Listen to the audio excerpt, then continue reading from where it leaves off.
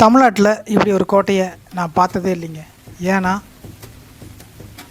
இந்த கோட்டையை ஆண்டது சாதாரண மன்னர்கள் இல்லை, சேரரும் சோழரும் பாண்டிய மன்னரும் இந்த கோட்டையை ஆண்டிருக்காங்க.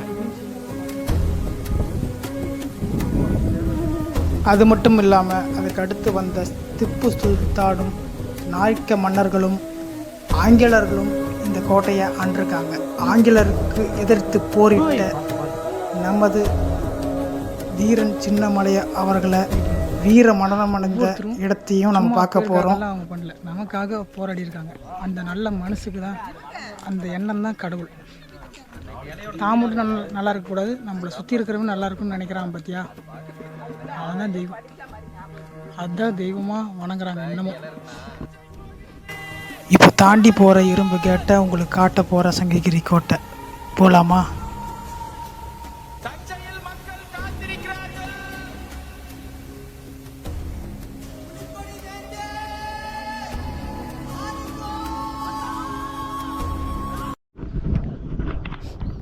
வெல்கம் டு அன்பு ட்ராவலர். நான் உங்கள் அன்பு. இன்றைக்கி நம்ம எங்கே வந்திருக்கோம்னா சேலம் மாவட்டத்தில் இருக்கக்கூடிய சங்ககிரி மலைக்கோட்டைக்கு தான் வந்திருக்கிறோம். இது அவ்வளோ பிரம்மாண்டமான ஒரு கோட்டை.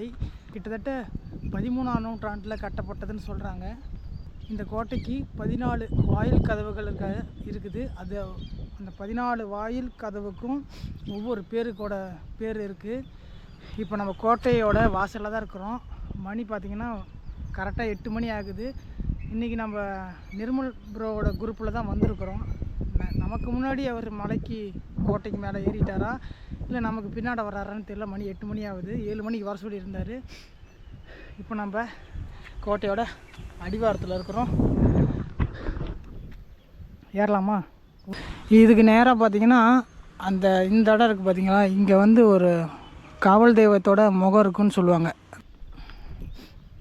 இதாங்க கோட்டையோட முதல் வாசல்.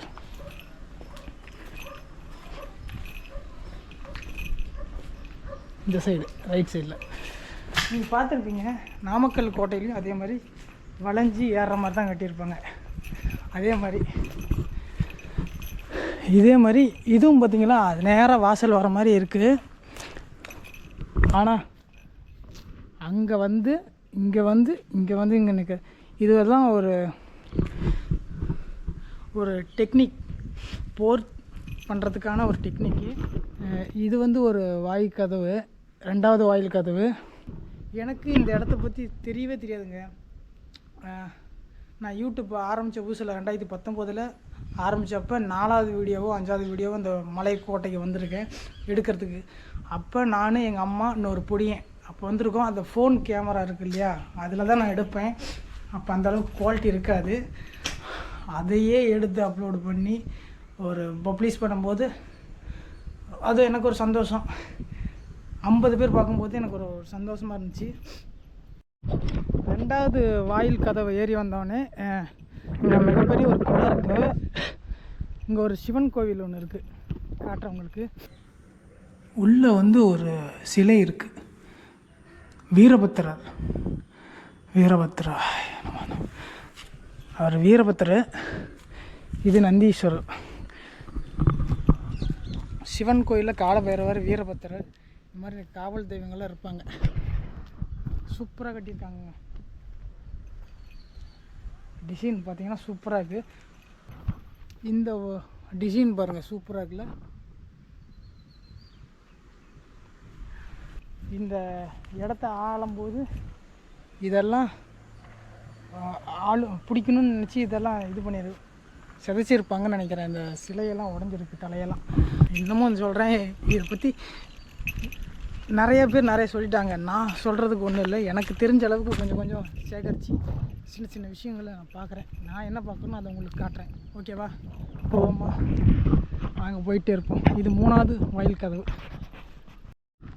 ஒவ்வொரு மண்டபத்துக்கு ஒவ்வொரு பேர் சொன்ன பார்த்தீங்களா. இந்த 3வது மண்டபத்துக்கு பேர் கடிகார வாசலாம். நான் 3வது வாசலை தாண்டி இங்கே போயிட்டுருக்குறோம். இங்கே இருக்கிற இந்த கோட்டைக்கு தாயாக விளங்குற, காவல் தெய்வமாக விளங்குற கோட்டை மாரியம்மன் கோயில் ஒன்று இருக்குது. இது ஒரு பெருமாள் கோயில்னு சொன்னாங்க. பார்ப்போம். இங்கே வந்து விளக்க போட்டு எந்த ஒரு நல்ல காரியமும் செஞ்சோம்னா அதுக்கு கை கூடுங்கிற ஒரு நம்பிக்கை ஒன்று இருக்குது. அது நடந்துக்கிட்டு இருக்குது.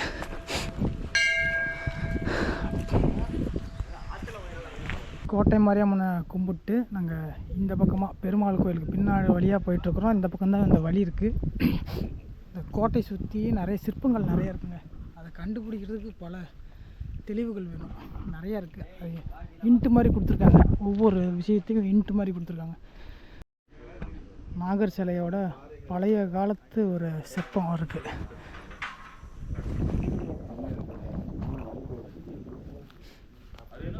பயங்கரமாக இருக்குங்க இந்த இடம். செம்ம வியூங்க. இந்த இடத்துலேருந்து பார்க்கும்போது இந்த இந்த விளக்கு கம்பத்துக்கிட்டேருந்து பார்க்கும்போது செம்ம வியூ. டோட்டல் கோட்டையே தெரியுது. இந்த சைடு தான் போகணும். வலது பக்கமாக போய் அங்கே ஏறி அப்படியே போய் அங்கே போகணும் டாப்புக்கு. இங்கே நின்று பார்த்துட்டு நாங்கள் ஏற ஆரம்பிச்சிட்டோம். கிட்டத்தட்ட ஒரு 10 பேர் பக்கமாக போகிறோம். சின்ன பொடுசுங்க ஒரு 4 பேர் வராங்க. இது ஏதோ எழுதியிருக்காங்க, ஒன்றும் தெரியல. போயிட்டே இருக்கலாம். பின்னாடி வியூ போகிறாங்க செம்மையாக.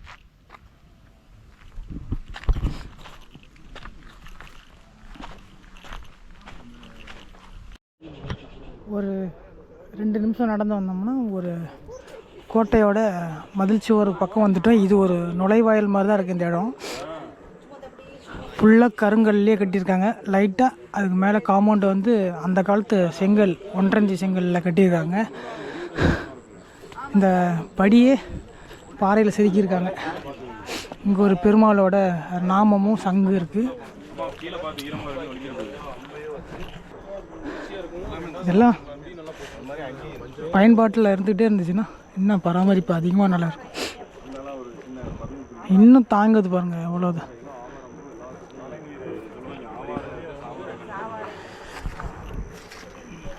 இதில் போய் அதில் போகணும். நிறைய இடத்துல மழை தண்ணி வெளியே வர மாதிரி ஒரு ஓப்பன் மாதிரி பண்ணி வச்சுக்கிறாங்க. மழை தண்ணியெல்லாம் அங்கங்கே போகிற மாதிரி. இப்பயும் ஈரமாக தான் இருக்குது. நம்ம நாமக்கல் கோட்டையிலே பார்த்துருப்போம். அங்கே பாருங்க, 4வது வாசலுக்கு வந்திருக்கிறோம். ரணமண்டபமாக. இங்கேருந்து அந்த பெருமாளோட கோயில் வியூ சூப்பராக இருக்குங்க. இங்கே பாருங்கள், காம்பவுண்டு ஃபுல்லாகவே மரங்கள் முளைச்சிருச்சு. ஆனால் இன்னும் ஸ்ட்ராங்காகவே இருக்குங்க ரணமண்டபம். இங்கே ஹனுமானோட சிலை. செந்தூரம்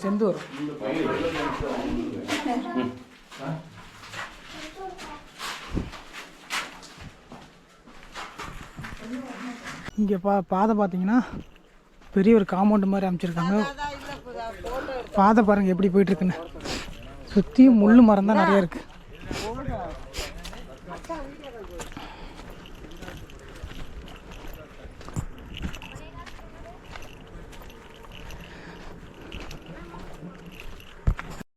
இந்த மழைக்கரட்டில் தண்ணி வந்துச்சுன்னா வெளியே போகிற மாதிரி ஒரு சேம்பர் மாதிரி ரெடி பண்ணியிருக்காங்க. இதெல்லாம் கல் விழுந்து எல்லாம் மூடிடுச்சு. பாதை பாருங்கள் எப்படி இருக்குன்னு. செம்ம நீட்டாக இருக்குது. அப்பப்போ பராமரிப்பாங்களாட்டுக்குது. நாங்கள் மேலே ஏறி வரும்போது கூட பார்த்தோம், இங்கே ஜாக்கிங் வரவங்கெல்லாம் இந்த பிளாஸ்டிக் பேப்பரு இதெல்லாம் ஒரு வேஸ்ட் பேப்பர் போடுறோம்ல, அதெல்லாம் எடுத்து பாக்கெட் மாதிரி கட்டி கொண்டு போயிட்டு இருந்தாங்க. எங்களை கீழே போட வேணான்னு சொன்னாங்க. நல்லா இருக்குங்க, சூப்பராக இருக்குது. நான் ரொம்ப நாளைக்கு அப்புறம் வரேன். நான் எங்கள் அம்மா ஏற முடியாமல் கூப்பிட்டு வந்தேன். மொதல் வீடு அங்கே என்ன இருக்குது?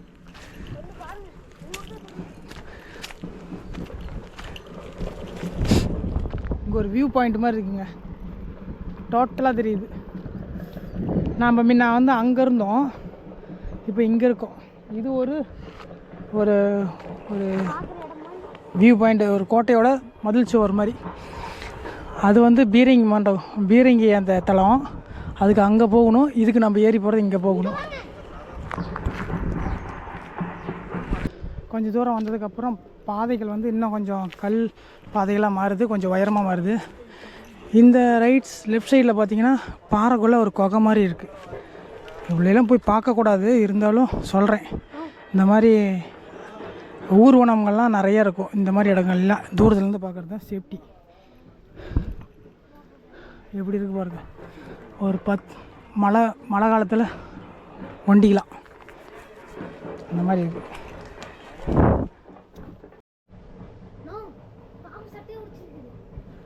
பார்த்தீங்களா பாம்பு சட்டை எப்படி போட்டிருக்குன்னு. இந்த மாதிரி இடுக்கில் தான் இருக்கும். நடக்கும்போது பார்த்து கவனமாக நடக்கும்.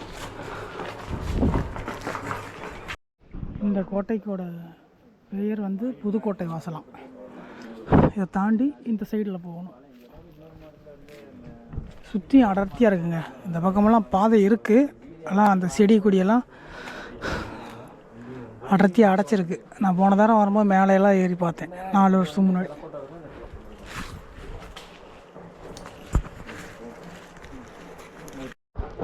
இது கோட்டையோட மதில் சுவர்.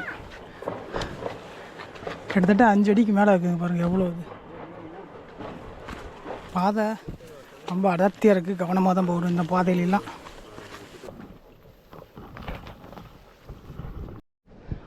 அந்த புதுக்கோட்டை வாசல் கிட்ட இருந்து நம்ம ஏறி வந்தோம்னா ஒரு கோட்டைச்சுவரோட அந்த பீரங்கி ஒரு தலை இருக்குது. இதுக்கு மேலே போகுது பாருங்கள், மேலே வரைக்குமே. இந்த இடம் அங்கே இருக்கிறதோட கொஞ்சம் க்ளீனாக இருக்குது. காரையெல்லாம் போட்டிருக்காங்க. இங்கே பீரிங் வச்சுட்டாங்கன்னா இங்கேருந்து கேட்டோட நுழைவாயில் அங்கே இருக்குது பாருங்கள், அங்கே குறி பார்த்து அடிக்கிற மாதிரி ஒரு பிளான். இது நடுப்பகுதி. இங்கே நம்ம நாமக்கல் கோட்டையிலே பார்த்துருப்போம், அந்த மாதிரி இது ஒரு தளம். சூப்பராக இருக்குல்ல. அங்கே ஒன்று இருக்குது. ஆமாம், 2 பீரங்கி தலை மாதிரி இருக்குது இந்த இடத்துல. ஏறுற வழியில் இடது பக்கமாக ஒரு மண்டகம் மாதிரி இருக்காமா.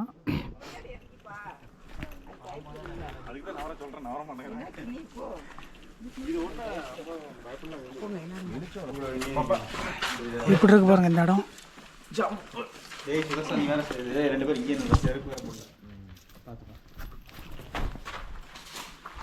பாதாள மாதிரி இருக்கு. செம இருட்டாக இருக்குது. இந்த ஓப்பன் இருக்கிறனால இந்த இடத்துல வெளிச்சம் இருக்குது. அந்த பக்கம் ஃபுல் இருட்டாக இருக்குது. கவனமாக இருங்க. இங்கே மட்டும்தான் நல்லா வெளிச்சம் இருக்குது, அந்த பக்கம்லாம் இருட்டாக இருக்குது.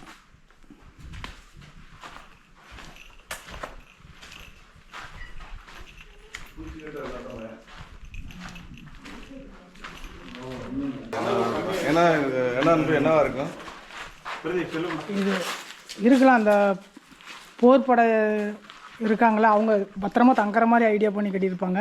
இல்லைன்னா ஏதோ ஒரு அந்த கைதிகளை அடைச்சி வைக்கிற மாதிரி கூட ஐடியா பண்ணி கட்டியிருக்காங்க. சிறைச்சாலை மாதிரியே இருக்கலாம். ஏன்னா இங்கேருந்து தப்பிச்சு ஓட முடியாது. 2 வாசல் தான் இருக்குது. இங்கே ஒன்று அங்கே ஒன்று தான் இருக்குது. ரொம்ப கஷ்டம் தான். இங்கேருந்து இறங்கி ஏறதுக்குள்ளே அதுக்குள்ளே அடித்து கீழே படுக்க வச்சுருவாங்க. அந்த மாதிரி படி கூட இல்லை பாருங்கள் இந்த இடத்துல. படி கூட இல்லை மக்கள் பாருங்க. கரெக்ட் தான். கொஞ்சம் தூரம் மேலே ஏறி வந்தோடனே தர்காவுக்கு போகிற செல்லும் வழின்னு போட்டிருக்காங்க. இந்த பக்கம் மேலே கோட்டைக்கு போகிற வழி. போன தடவை நான் வந்தப்போ இதை போய் பார்க்கல, ஏன்னா அப்போ அடர்த்தியாக இருந்துச்சு இந்த இடம். இப்போ போய் பார்த்துட்டு வந்துடுவோம் எப்படி இருக்குன்னு. நம்ம அந்த இடத்துக்கு வந்துட்டோம். கீழேருந்து நம்ம பார்த்த ஒரு தர்காவுக்கு நம்ம வந்திருக்கோம். நம்ம ஏறுற வழியிலேருந்து ஒரு 500 மீட்டர் தூரத்தில் ஏறி வந்துருக்கிறோம். ஏறதுக்கு கொஞ்சம் சிரமமாக இருந்தாலும் நல்லாயிருக்கு. இந்த வழித்தடம் புழங்கிட்டே இருக்காங்க, அதனால கொஞ்சம் நல்லாயிருக்கு. இங்கே பாருங்கள், வழிபாட்டு தலம் தர்கா. இங்கே பாருங்கள் எவ்வளோ பெரிய குகை. எல்லாம் குகையோட கடைசி வரைக்கும் இருக்குது. ரொம்ப ஒரு இதாக இருக்குது. மழையெல்லாம் வந்து இந்த வவ்வாலோட எச்சங்கள் அதிகமாக இருக்குது. லைட் இல்லாமல் போக முடியாது, என்ன இருந்தாலும் நமக்கு தெரியாது. கடைசி வரைக்கும் இருக்குது, அந்த இடத்து வரைக்கும். ஏதோ இயற்கையாக பாருங்கள் எப்படி இருக்குன்னு இந்த குகை.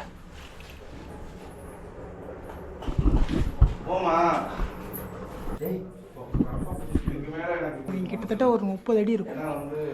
அப்படி கிராஸாக போகுது பாருங்க, கடைசி வரைக்கும் போகுது. லைட் இல்லைன்னா அங்கே போய் பார்க்குறது ரொம்ப கஷ்டம்.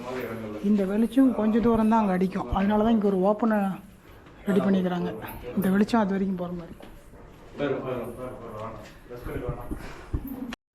இங்கே ஒரு குகை மாதிரி இருக்குங்க ஏற வழியில். சொக்கத்தெட்டி வாசல் அப்படிங்கிறாங்க.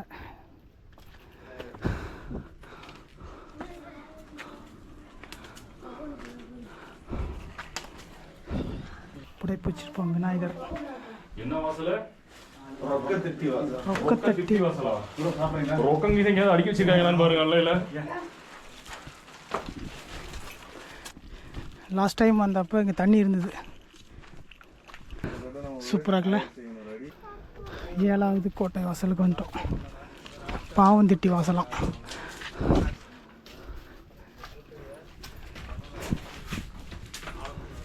அங்கே ஒரு விநாயகர் இருந்துச்சு, இங்கே எந்த சிலையுமே இல்லை.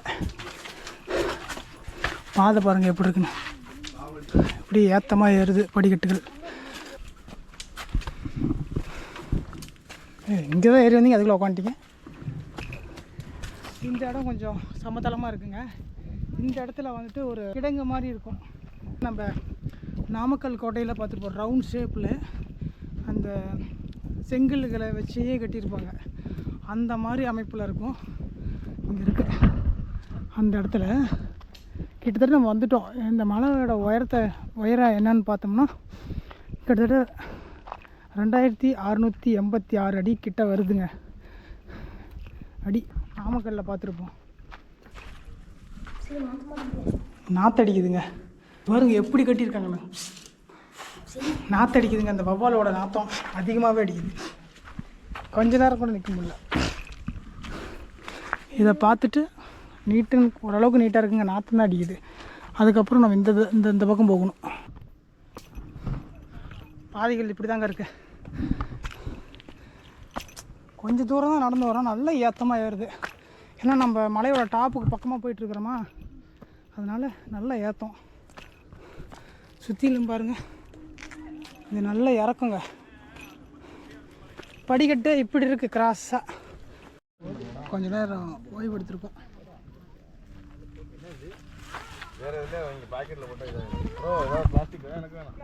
அப்படியே உட்காந்துருக்கோம். பிளாஸ்டிக் இருக்கா? Cover plastic cover. கிட்டத்தட்ட 9வது நுழைவாயிலுக்கு வந்துட்டோம். இங்கே ஒரு துவாரம் மாதிரி இருக்குது. இது எதுக்குன்னு தெரியல. தண்ணி வர மாதிரி ஒரு ஐடியா தான் இருக்கும். தண்ணி இதுக்குள்ளே பூந்து வர மாதிரி சேம்பர் மாதிரி ரெடி பண்ணியிருப்பாங்க. பாறை எவ்வளோ ஹைட் இருக்குது, இந்த காம்பவுண்ட் எவ்வளோ ஹைட் இருக்குதுன்னு பாருங்கள். அந்த ஈக்குவலுக்கு எப்படி இந்த கல்லெல்லாம் வச்சு கட்டியிருக்காங்கன்னு பாருங்கள்.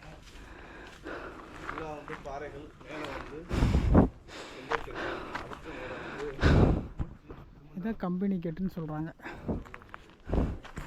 அந்த கதவோட குந்தெல்லாம் பெரிய பெரிய குந்தாக இருக்குது இந்த இடத்துல. இந்த பக்கம் நிறையா அந்த விசக்காயில் அந்த அரளிக்காய் தான் நிறையா இருக்குது. தெரியாதவங்க அதை எடுக்காதீங்க, ஏன்னா அது டேஞ்சரான ஒரு காய். மரம் அந்த பாறை இடுக்கில் பூந்து எப்படி பாறையை உடச்சிட்டு வளர்ந்துருக்கு பாருங்கள். இங்கே ஒரு வாசல் இருக்குன்னு நினைக்கிறேன். இந்த இது முடிஞ்சதுன்னா மேலே அந்த பெருமாள் சன்னதி இருக்கும், அங்கே போயிடலாம். இது பாறையில் செதுக்கியிருக்காங்க. கொஞ்சம் வழுக்கும் இந்த இடமெல்லாம். மழை வந்துச்சுன்னா ரொம்ப வலிக்கி விட்டுரும். நார்மலாக பார்க்குற களிச்செடி இல்லை, பெரிய களிச்செடி. இங்கே ஒன்று இருக்குது மண்டபம். இதுதான் லாஸ்ட் மண்டபம்னு நினைக்கிறேன். மங்கி பாருங்கள் எப்படி இருக்குன்னு. மேலே ஒன்று, இந்த சைடு ஒன்று, இந்த சைடு ஒன்று, கீழே ஒன்று. 4 இருக்கு. 1 2 3 4.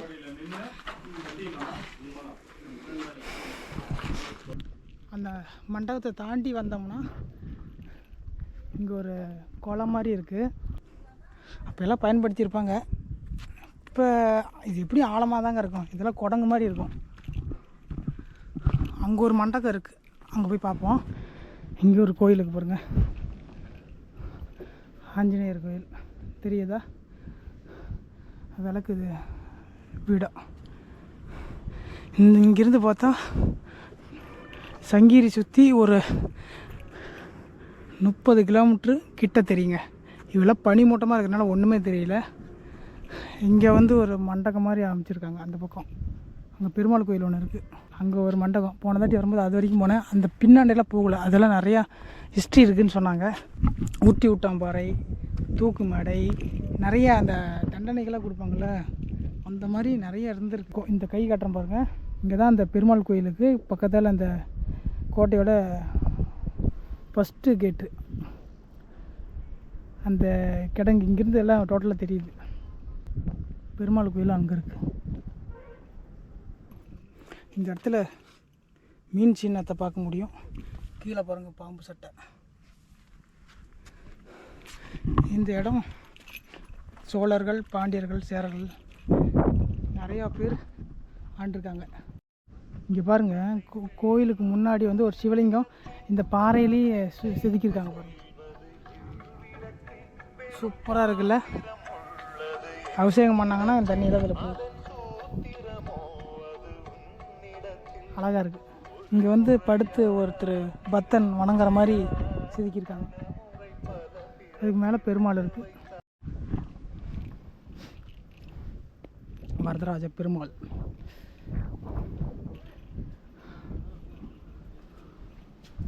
இந்த விளக்கோட தூண் பாருங்க எப்படி இருக்குன்னு. இது என்னமோ எழுதியிருக்காங்க, இது என்ன மொழின்னு தெரியல.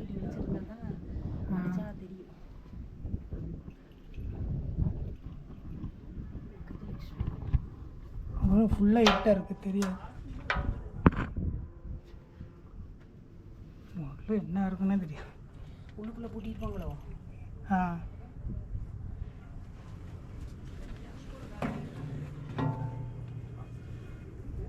சிலை கூட தெரியல. உள்ள பூதகணங்கள் 2 பக்கம் இருக்குது. ஆமாம், வெள்ளை துணி போட்டு இதில் ஃபோனில் தெரியுது, நேரில் தெரியலையே. கேமராவில் தெரியுது. தெரியுது. அந்த இவர் செல்ஃபோனில் இதை அடித்தாரா, அப்போ தான் தெரிஞ்சுது. இதில் கொஞ்சம் தெரியுது. ஒயிட் கலர் துணி போட்டு அந்த பெருமாள் கோயில் கீழே இறங்கி வந்தோடனே இங்கே ஒரு பாதை போகுது. இங்கே வந்து தர்காவுக்கு போகிற வழின்னு சொன்னாங்க. எல்லாம் நம்ம ஆளுங்க போயிட்டுருக்காங்க. இடம் பாருங்கள், அந்த காலத்தில் இந்த இடத்துல எப்படி வாழ்ந்துருப்பாங்கன்னு பாருங்கள். செம்மையாக இருக்குல்ல. மேலே வந்து மிகப்பெரிய ஒரு பரப்பளவு கொண்ட பாறையாக இருக்குது. குடங்கு மாதிரி இருக்குது பாருங்கள், உள்ளுக்குள்ளே வந்து வர மாதிரி. கை கால்கள் பற்றாதீங்க.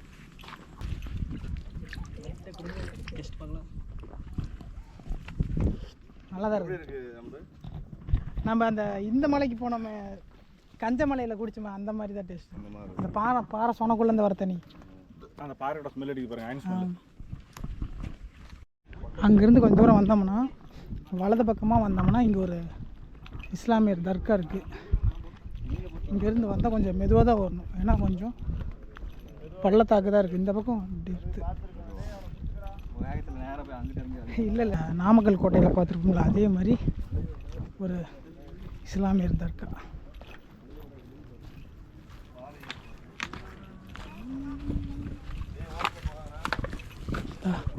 பாருங்க,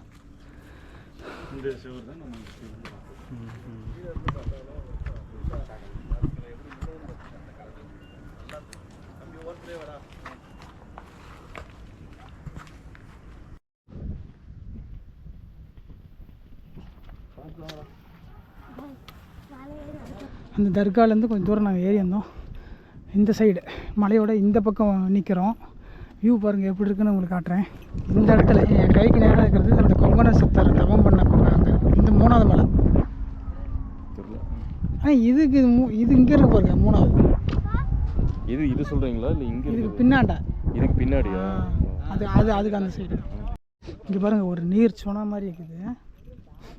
இதுக்கு அடியில் பாருங்கள் பாலம் மாதிரி இருக்குது. இது பாலம் மாதிரி இருக்குது. கீழே பாருங்கள் வங்கு மாதிரி இருக்குது. அதுவும் அப்படி தான் இருக்குது. நீங்கள் நிற்கிறதும் அதே வங்கு தான். இது வந்து இயற்கையாகவே அமைஞ்சிருக்கிற ஒரு இது. தண்ணி நீட்டாக தான் இருக்குது. அந்த சின்ன சின்ன குப்பைகள் இருக்குது, அவ்வளோதான். அங்கே வந்து ஏதோ இது சாப்பிட்ற இடம் நினைக்கிறேன். தட்டு மாதிரி இருக்குது பாருங்க. இது ஏதோ ஒன்று சமைக்கிறது தான் இருக்கும். அப்படி இல்லை, இந்த மருந்தெல்லாம் இருக்குல்ல, அது அரைக்கிற இடம். மருந்து அரைக்கதான் இந்த மாதிரி குழி வச்சுருப்பாங்க. இல்லை தண்ணி ட்ரையாக இருக்கும்போது பண்ணுவாங்க. இதாக இருக்கும்போது நிழல்ல உட்காந்து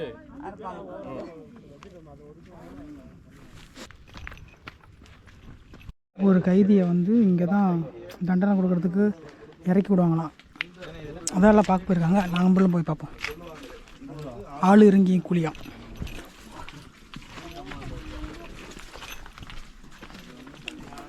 ஓய் பார்த்து ஒரு ஆள் ஹைட்டில் இருக்கு. இங்கே இறங்கி போகணும். ஒரு வாயில் மாதிரி தான் இருக்குது. தோல் உரிச்ச மேடு இதில் நல்லா உள்ளே இறங்குவோம். இறங்கி அதில் மேலே ஏறுவாங்க. அது என்ன பண்ணுவாங்கன்னா மேலே வந்துட்டு கைத்தை போட்டு கட்டி மேலே இழுப்பாங்க.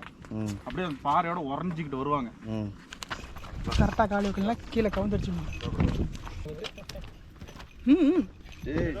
நீ என்னடா ஓடுற? ஓடாதரா. ரொம்ப செங்குத்தான பகுதி தான் இந்த இடம். ஏன்னா நம்ம நம்மளால நிற்க முடியாது. இந்த இடம்லாம் ஃபுல்லாக டேப்பராது. இதுதான் தூக்கு மேடையாம். இங்கே தான் தீரன் சின்னமணி அவர்களை தூக்கிலிட்டாங்கன்னு சொல்கிறாங்க. கோட்டை சுவர் பாருங்கள். இங்கேருந்து எட்டின வரைக்குமே பெருசாக இருக்குது. இங்கேயும் இருக்குது கோட்டை சுவர். எப்படி கட்டியிருக்காங்க பாருங்கள். நம்ம 1 மாடி 2 மாடி கட்டடம் கட்டுறதுக்கு ரொம்ப சிரமப்படுவோம். இவங்க இவ்வளோ உயரத்தில் வந்து கட்டிக்கிறாங்க. வா, கோட்டையோட கடைசி பகுதி பாத்ரா அன்பு பாருங்க. இதுக்கு கீழே வந்து பயங்கரமான தாவு தான். கிட்டத்தட்ட 1000 அடி தாவு இருக்குது. இதுதான் லாஸ்ட். கீழே பார்த்தீங்கன்னா ரொம்ப பள்ளத்தாக்கு. எட்டி பார்க்குறதுக்கு பயமாக இருக்குது. இங்கே அவங்கள தண்டனை பண்ணிவிட்டு இங்கேருந்து தூக்கி போட்டுருவாங்க. ரொம்பவும் பயங்கரமான தண்டனை தான் கொடுத்துருக்காங்க இந்த மலையில். இப்போ அங்கே போய் பார்ப்போம். இந்த இடத்துல காம்பவுண்டு மாதிரி கூட இல்லை. ரொம்ப கஷ்டம்தான். இல்லையவா?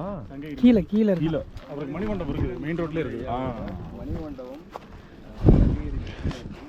இங்கே தூக்கிட்ட ஐயா தீர சின்னமலை அவர்களோட மணிமண்டபம் கீழே சங்கிகிரிக்கிட்டே இருக்கான். நான் ஒட்டுக்கு போகாதீங்க. ரொம்ப இப்படி இருக்கு. நான் கேமராவில் பார்த்துட்டு தான் இந்த பக்கம் வந்துட்டேன். ரொம்ப பள்ளத்தாக்கு. ஆஹா, அந்த சைடு ரொம்ப பள்ளம்.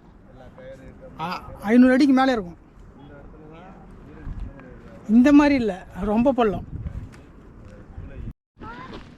இந்த இடம்.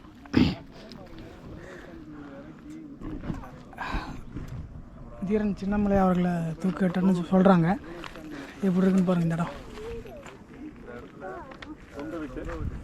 இங்கேருந்து பார்த்தா இந்த சிட்டியில் இருக்கிற இந்த கிராமத்தில் இருக்கிற எல்லா இடத்துலையும் தெரியுங்கிறது நம்ம தெரியும். இப்போ பாருங்களேன் எப்படி இருக்குன்னு இந்த இடம். இப்போ பார்க்குறதுக்கு நமக்கு ஈஸியாக இருக்கிற மாதிரி இருக்கும். அந்த காலகட்டத்தில் சூழலுக்கு தகுந்த மாதிரி மக்கள் எவ்வளோ மன அழுத்தத்தோடு இருந்திருப்பாங்க. ஃப்ரீயாக எங்கேயும் போக முடியாது. ஃப்ரீயாக எந்த பக்கமும் இருக்காது. ஏன்னா கீழே நம்ம இருந்திருப்போம். ஒரு அடிமையாக இருந்திருக்கிறோம். நமக்கோசரம் போராடி உயிர் தியாகம் பண்ண ஐயாவுக்கு ஒரு மனப்பூர்வமாக நன்றி சொல்லிட்டோம். நமக்காக எத்தனை பேர் இந்த நாட்டுக்காக போராடிருக்காங்க. அவங்களுக்கெல்லாம் மனப்பூர்வமாக ஒரு ஆத்ம நன்றியை தெரிவிக்கணும். ஒவ்வொருத்தரும் சும்மா பேருக்காகலாம் அவங்க பண்ணல, நமக்காக போராடி இருக்காங்க. அந்த நல்ல மனசுக்கு தான், அந்த எண்ணம் தான் கடவுள். தான் மட்டும் நல்லா இருக்கக்கூடாது, நம்மளை சுற்றி இருக்கிறவங்க நல்லா இருக்குன்னு நினைக்கிறாங்க பார்த்தியா, அதுதான் தெய்வம். அதுதான் தெய்வமாக வணங்குறாங்க இன்னமும். ஒரு நிமிஷம் நினச்சி பாருங்கள், அந்த காலகட்டத்தில் எப்படி இருந்திருக்கும் இந்த இடம். இப்போ நம்ம டூரிஸ்டாக வரோம், அப்போ கைதியாக வந்திருந்தா நினச்சி பாருங்கள்.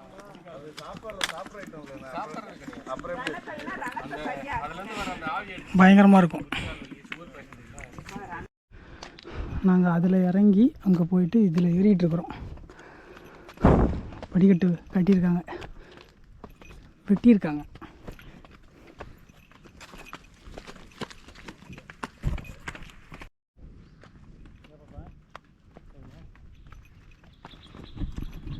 இங்கே ஒரு தானிய கிடங்கு இருக்கான். என்ன இருக்கு?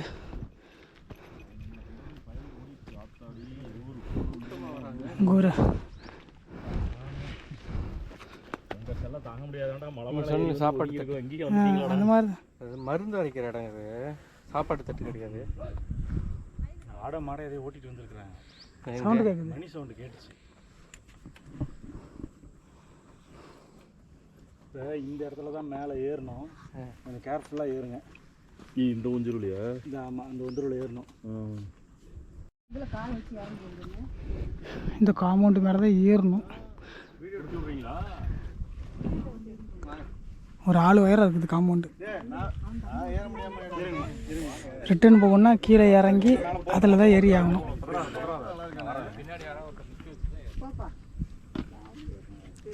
ஆமா அங்கனே நில்லுங்க செத்த இருங்க. அந்த காம்பவுண்டு சுவரத்தை ஏறி நாங்கள் இந்த பக்கம் வந்துட்டுருக்குறோம். இங்கே ஒரு மண்டப மாதிரி அமைப்பு இருக்குது. உள்ளே போய் பார்ப்போம்.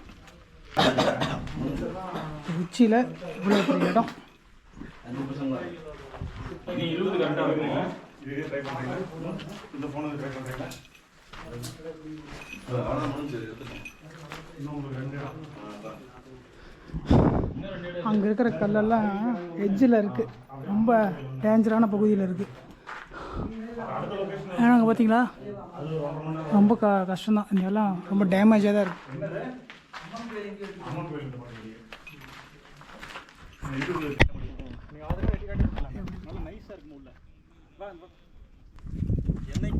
எண்ணெய் கிடங்கு.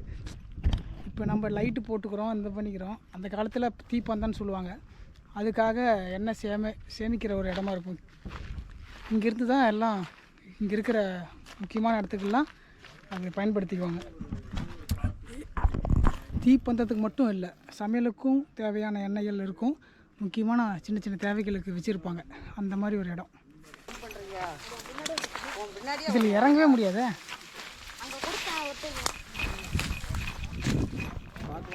இங்கே தான் ஒரு அம்மன் கோவில் இடிஞ்சி நடையில் இருக்கா. இந்த இடத்துல கீழே பார்த்தோம்ல கோட்டை மாரியம்மன். இந்த இடத்துல இதுலேயே வந்திருக்கலாமா? ஓதா அந்த கஜலட்சுமியோட சிற்பம். இங்கே பாருங்கள், இந்த மண்ணெல்லாம் சரிஞ்சிச்சின்னா டோட்டல் டிஸ்மேண்டல் ஆயிரும். ரொம்ப கவனமாக இருக்கணும் இந்த மாதிரி இடத்துக்குலாம். இந்த சிலையை பாருங்கள், இப்படி இப்படி நின்று அந்த சாமி கும்பிட்ற மாதிரி ஒரு அமைப்பு. அதே மாதிரி அந்த தூண்லேயே இருக்குது. ஒரு ஆங்கிள் இங்கே ஒரு லேடி இருக்காங்க பாருங்க. அவங்க வந்து ஃப்ரண்ட்லேருந்து பார்த்தீங்கன்னா ஃப்ரண்ட்டில் இருக்கிற மாதிரி தெரியும். பேக்லேருந்து பார்த்தீங்கன்னா அவங்க அப்படியே இப்படி எட்டி வந்து சாமி கும்பிட்ருக்க மாதிரி தெரியும். ப்ரோ இதுதான் கருவறை. சேரர்களோட சின்னம் வில்லம்பு. இந்த இடத்துல ஒரு பிறைநிலா இருக்குது. பார்த்தீங்களா எப்படி இருக்குன்னா, இங்கே என்ன வேணால் இருக்கலாம், ஆனால் சிலை இல்லை. அந்த பெருமாள் கோயிலுக்கு வந்தீங்கன்னா அதுக்கு நேராக கீழே இறங்குனீங்கன்னா அங்கே அம்மன் சிலை இருக்குது. சிலை இல்லை, அந்த கோவில் இருக்குது. இங்கே மிகப்பெரிய ஒரு குளம் இருக்குது. எல்லாம் உள்ளே பார்த்துட்ருக்குறாங்க. டைம் எவ்வளோ ஆச்சுன்னு பார்க்கலாமா? நாங்கள் 8 மணிக்கு ஏற ஆரம்பித்தோம். பொறுமையாக அங்கங்கே வீடியோ எடுத்துக்கிட்டே வந்துட்டோம். மணி சரியாக 12:51 ஆகுது. இங்கேருந்து கீழே இறங்குறதுக்கு எப்படி ஒரு 3/4 மணி நேரம் டு 1 மணி நேரம் ஆயிரும். வயசானவங்க வந்திருக்காங்க, பெரியவங்க வந்திருக்காங்க, குழந்தைங்க வந்திருக்காங்க. எல்லாத்தையும் பொறுமையாக கூட்டிகிட்டு வரணும். இப்போ பொறுமையாக ஆயிரும். கீழே இறங்கிட்டு உங்களுக்கு சொல்கிறேன். இந்த வீடியோ உங்களுக்கு பிடிச்சிருக்குன்னு நம்புகிறேன். பிடிச்சிருந்தா லைக் பண்ணுங்கள். லைக் பண்ணால் தான் எல்லாத்துக்கும் இந்த வீடியோ காட்டும். இந்த மாதிரி நிறையா அற்புதமான இடங்கள்லாம் இருக்குது. அதெல்லாம் நான் உங்களுக்கு முடிஞ்ச அளவுக்கு காட்டுறேன். ட்ராவல் பண்ணி எனக்கு சப்போர்ட் நீங்கள் பண்ணுங்கள், என்கரேஜ் பண்ணுங்கள். அப்போ தான் என்னால் தொடர்ந்து வீடியோ பண்ண முடியும். அங்கேருந்து எல்லாம் இறங்கி வந்துட்டோம். இப்போ கீழே இறங்கிட்டுருக்குறோம். கீழே போயிட்டு உங்களை சந்திக்கிறேன். கீழே வந்துட்டாங்க. மணி பார்த்திங்கன்னா 2 மணி ஆகுது. கிட்டத்தட்ட எவ்வளோ நேரம் பொறுமையாக ஏறிட்டு வந்தோம். 14 பேர் கொண்ட குழுவோடு போயிருக்கோம்.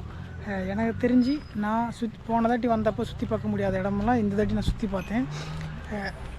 எந்த அளவுக்கு நான் ஹிஸ்ட்ரி சொன்னேன்னா இல்லையான்னு தெரில. அந்த ஹிஸ்ட்ரி நடந்த இடத்த நான் வந்து பார்த்ததுக்கு எனக்கு ரொம்ப சந்தோஷம். அதை உங்களுக்கு நான் கொண்டு வந்து சேர்த்துருக்கேன்ல, அது எனக்கு ரொம்ப ரொம்ப சந்தோஷம். இந்த வீடியோ உங்களுக்கு பிடிச்சிருந்துச்சின்னா மறக்காமல் லைக் பண்ணுங்கள், ஷேர் பண்ணுங்கள், கமெண்ட் பண்ணுங்கள். கமெண்ட் பண்ணால் தான் உங்ககிட்ட இருந்து அந்த கருத்துக்களை நான் தெரிஞ்சிக்க முடியும். நான் எப்படி வீடியோ பண்ணணும் அப்படிங்கிறத ஒரு புரிதல் வரும். முக்கியமாக லைக் பண்ணுங்கள். லைக் பண்ணால் தான் இந்த வீடியோ மற்றவங்களுக்கு காட்டும். இன்னொரு விஷயம், கீழேருந்து கொண்டு போன 2 பிஸ்கெட் பாக்கெட்டு சாப்பிட்டோம் இல்லையா, அதை வந்து நம்ம கவர்லேயே போட்டு கொண்டு வந்துட்டோம். இந்த மாதிரி நீங்கள் எந்த மலைக்கு போனாலும் அதை கொண்டு வந்து கீழே போட்டுருங்க. அந்த மலைக்கும் அந்த இருக்கிற அந்த இலை கொடிகளுக்கும் எந்த ஒரு பாதிப்பும் இருக்கக்கூடாது. அதனால தான் நம்ம இயற்கையை பாதுகாக்கணுங்கிற எண்ணத்தை நம்ம என்றைக்குமே நினச்சிட்டு இருக்கணும். அது சொல்லணும்னு நினச்சா அதை சொல்லிட்டேன். மீண்டும் ஒரு அடுத்த நல்ல ஒரு வீடியோ பதிவில் நான் உங்களை வந்து சந்திக்கிற வரைக்கும் தொடர்ந்து இணைந்தே இருங்கள். நான் உங்கள் அன்பு. நன்றி, வணக்கம்.